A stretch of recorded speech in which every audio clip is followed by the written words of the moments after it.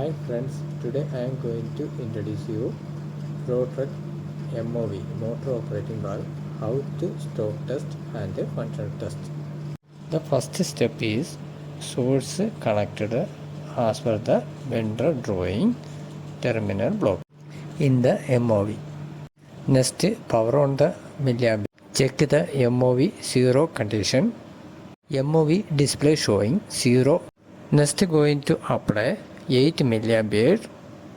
The MOV moving it to 25%. Once reach the 25%, display is showing 25.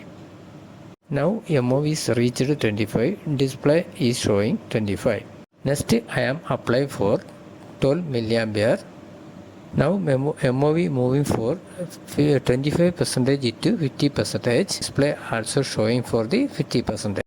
Next I am applied for 16 milliampere. 50% it to 75%. Now MOV is reached on 75%. Now MOV travel to 75% to 100%. Now MOV reached 100% fully open condition.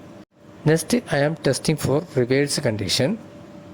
Now valve is moving it to 100% it to 75%.